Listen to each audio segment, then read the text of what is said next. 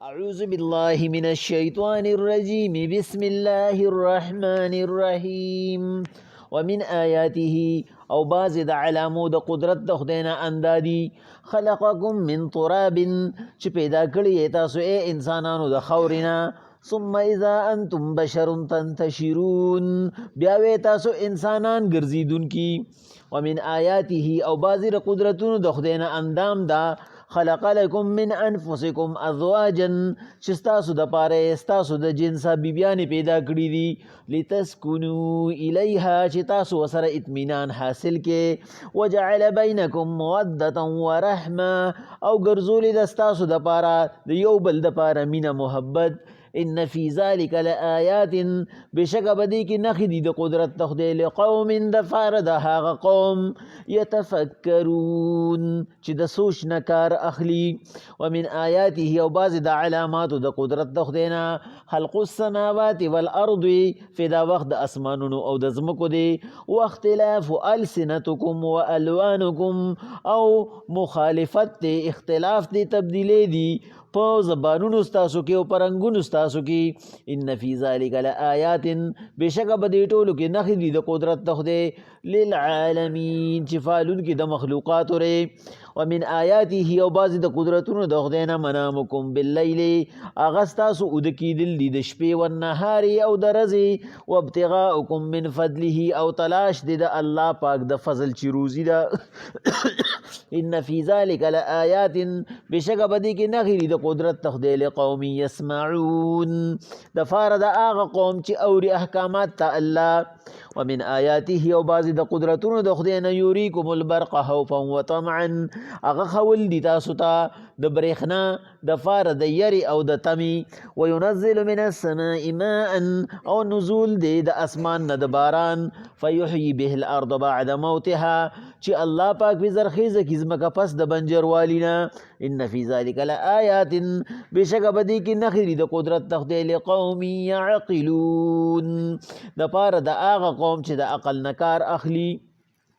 الله پاک په سورې روم کې د خپل قدرت نشانات او د خپل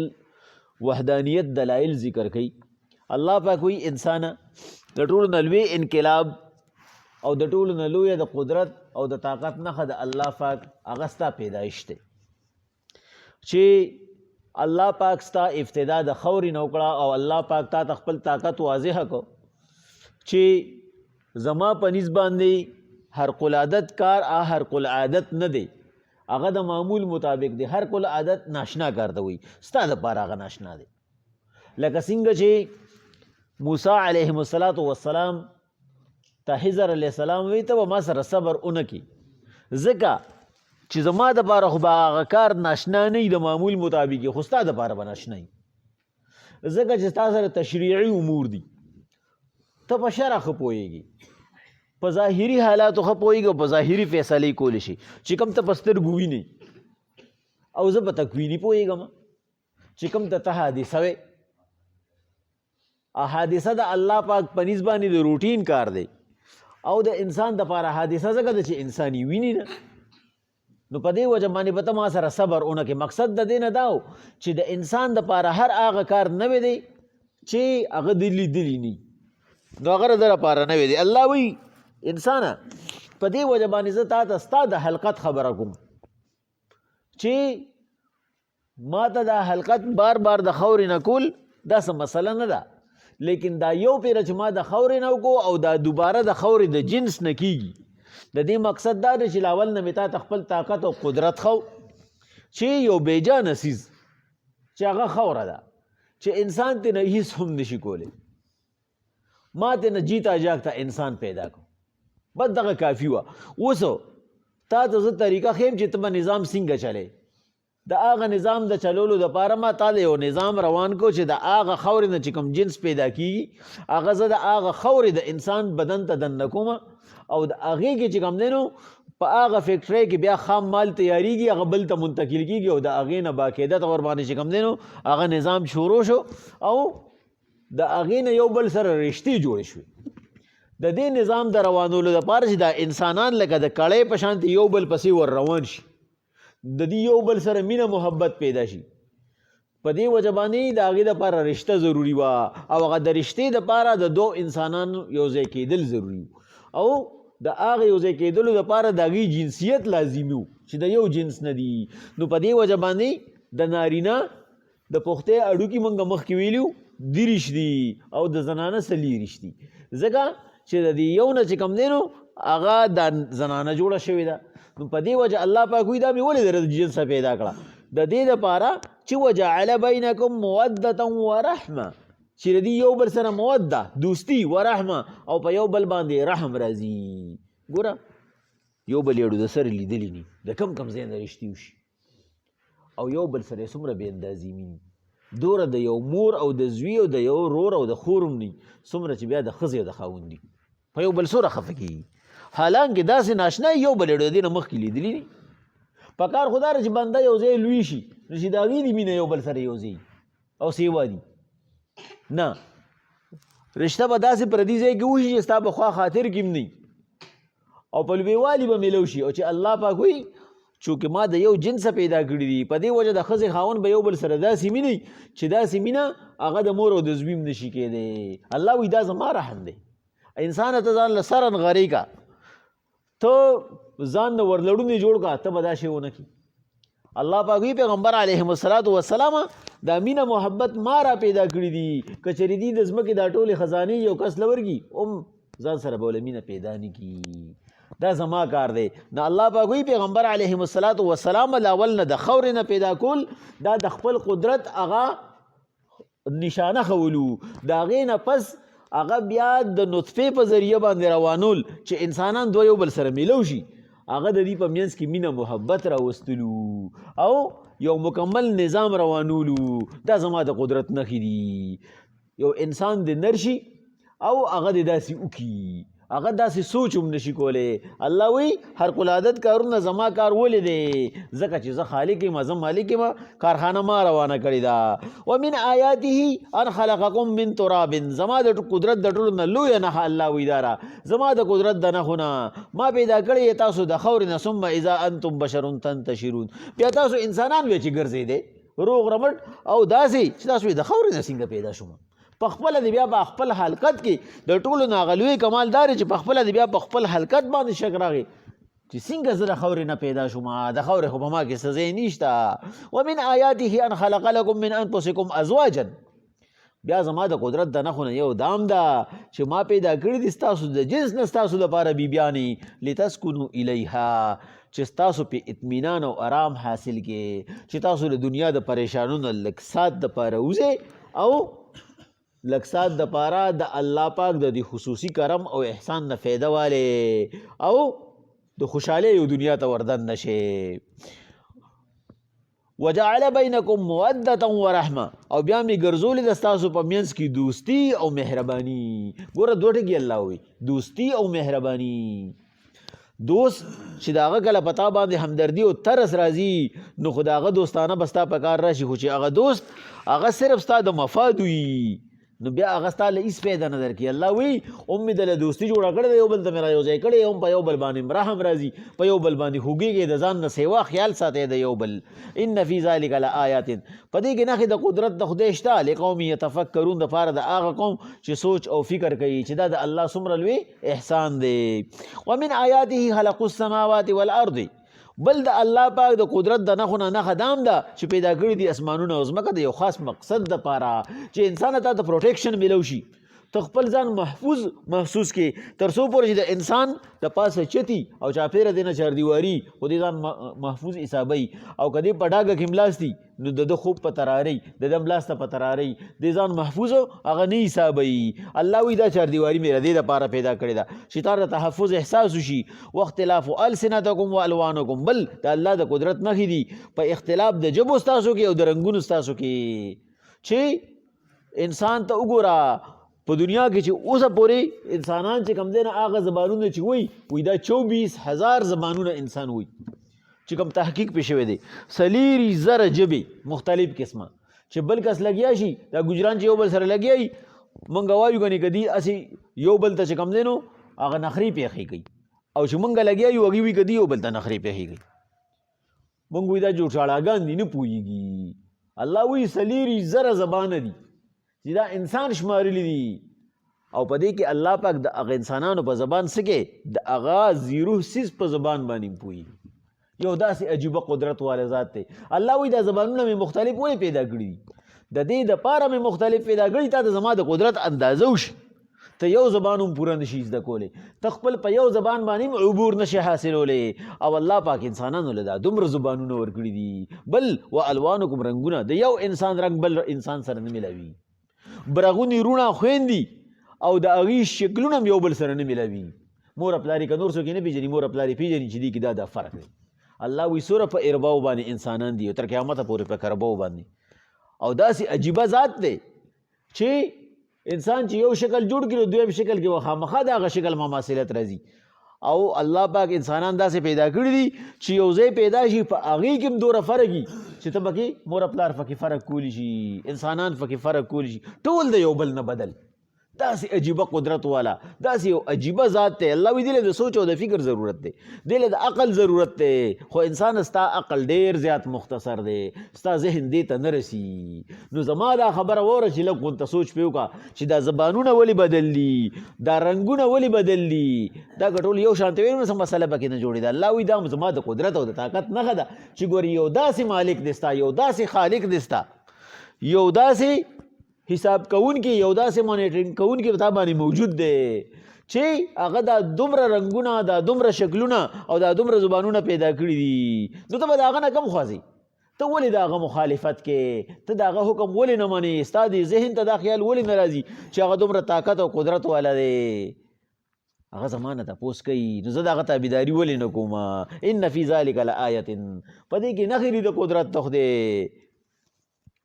للعالمین چې پالون کې د مخلوقاتو ری هغه پالنهار دی هغه پالنه کولی شي چې د هغه دا دومره ډېر قدرتونه دي ومن آیاته منامکم باللیل والنهار او ستاسو دپاره ښکاره نښې دي په اوده کېدو ستاسو کې د شپې او د ورځې ګوره دا لیل او نهار دې دواړو سره دا منامکم لګي دا خوب هم د شپې سره لګي هم د ورځې سره لګي الله وایي که ته د ورځې اوده کېږي او که د شپې اوده کېږي په دې کې ستا دپاره ښکاره نښه ده او ښکاره نښه څه ده په دواړو آرامو کې ستا دپاره هغه ستا د جسم آرام او راحت او اطمینان دی دپاره د حلالې روزې دپاره د الله پاک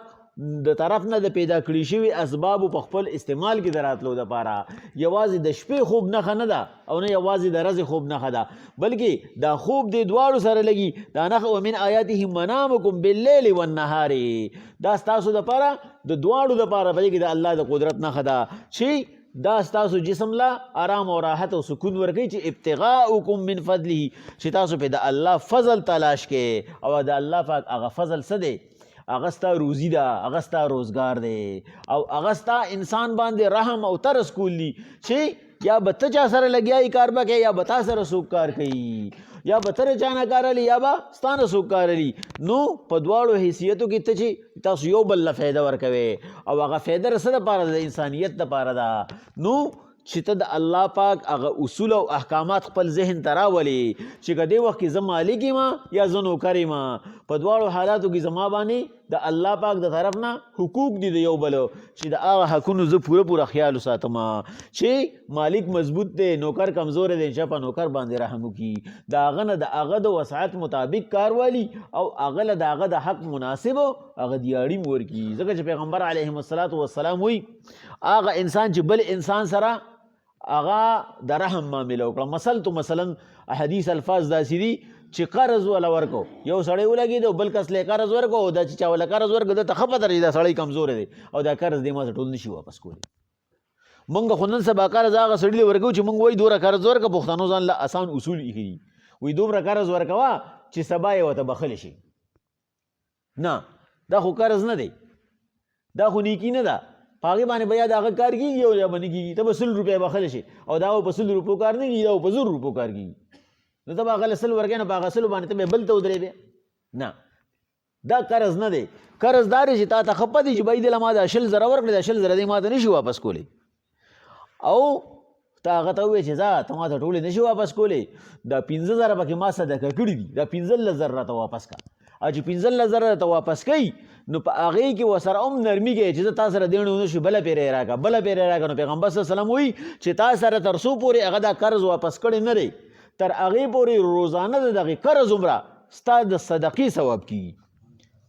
ستا هغه له 100,000 ورکړي او هغه د له 100,000 تا ورته وایي 15,000 مې دا معاف کړي دي او دا 15,000 راکړه او 15,000 هغه نشي درکولی نو ستا روزانه د دې 100,000 روپو د نسائی شریف او د ابن ماجې صحیح احسن حدیث شریف دی د دې 100,000 ستا روزانه د صدقې ثواب کېږي.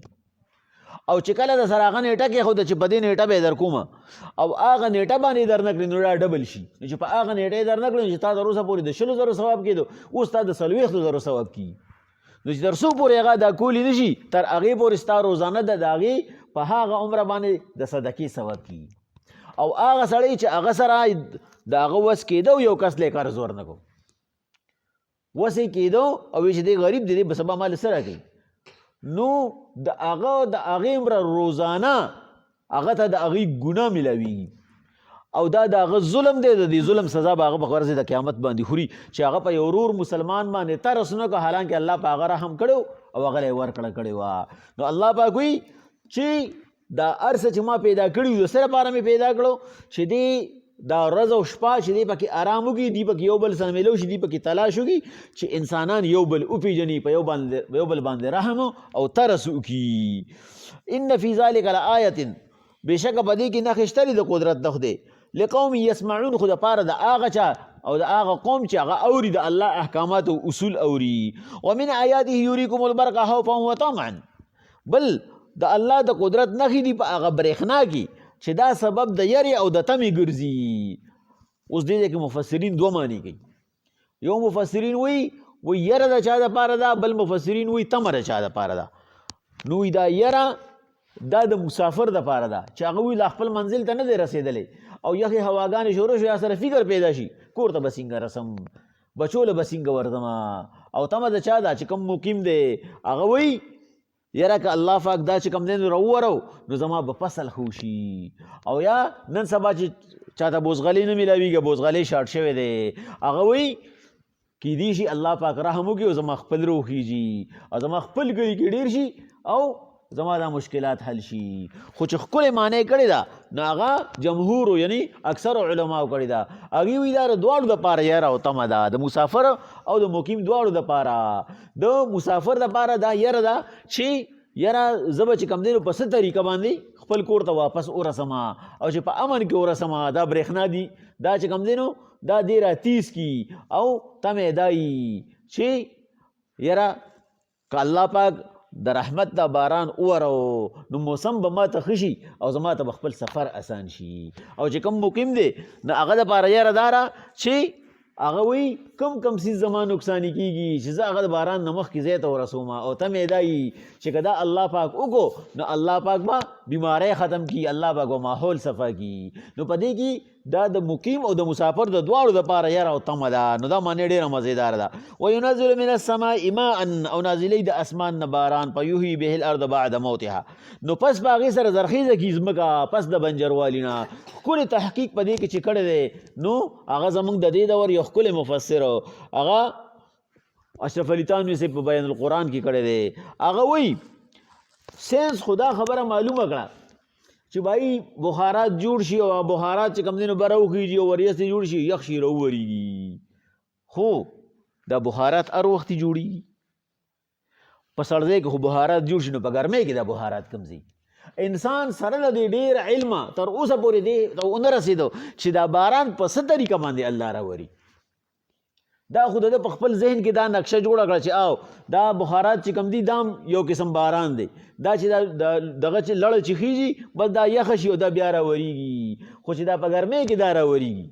او دا په اړو په شکال کې راورېږي نو دغه وخت کې دا بخارات کوم ځای. الله وایي دا زما کار دی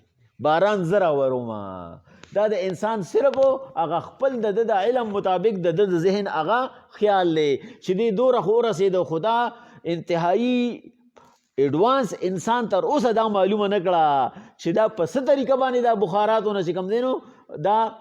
ساز کې جوړیږي د وریځو نه دا باران څنګه جوړیږي بیا دا وریځې دا باران په خپل ځای باندې څنګه ورېږي انسان تر اوسه پورې دا حالت معلوم نه کړ. الله وایي دا زما د قدرت نښه ده چې انسان هغه دپاره هر وخت په دې کې د تحقیق او د تلاش هغه خبره چې کوم دی نو مخفي ده چې دی خپل کوشش وکړي او دی د الله پاک قدرت هغې ته د هغې نه د فایدې اخیستلو کوشش وکړي او دی د الله طاقت معلوم کړي. زه د یو داسې ذات چې کوم دی نو بندې ما چې دوره قدرت والا دی نو هغه ما سره زیاتې نه کوي خو چې زم د هغه دپاره څه ناسه وکړم. الله پاک وایي ان فی ذلک لآیة په دې ټولو نښو کې دا چې موږ بیان کړی چې دا شپږ قسمه نښې بیانېږي د الله د قدرت.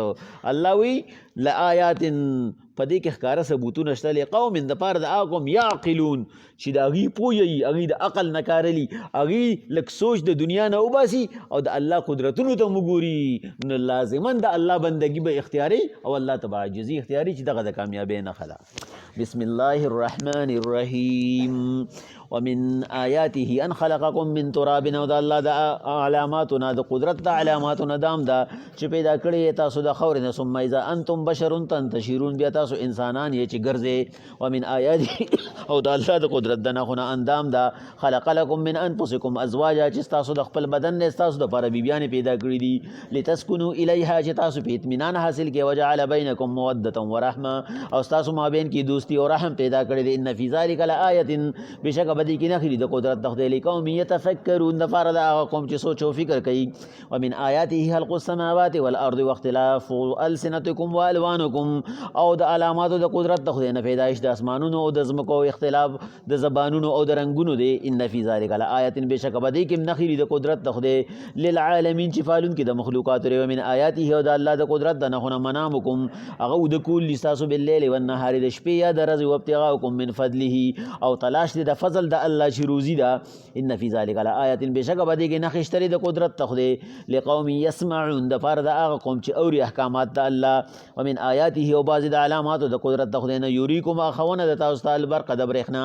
خوفا دپاره د یرې و طمعا او د امید. وینزل من السماء ماء او نزول دی د اسمان نه د باران فیحیي به الارض بعد موتها چې زرخیزه کي پې ځمکه پس د بنجروالي او د سوکړې نه. ان فی ذلک لآیة بشک بدی کې نښې دي د قدرت د خدای لقوم یعقلون دپاره د هغه قوم چې د پوهې نه کار علي.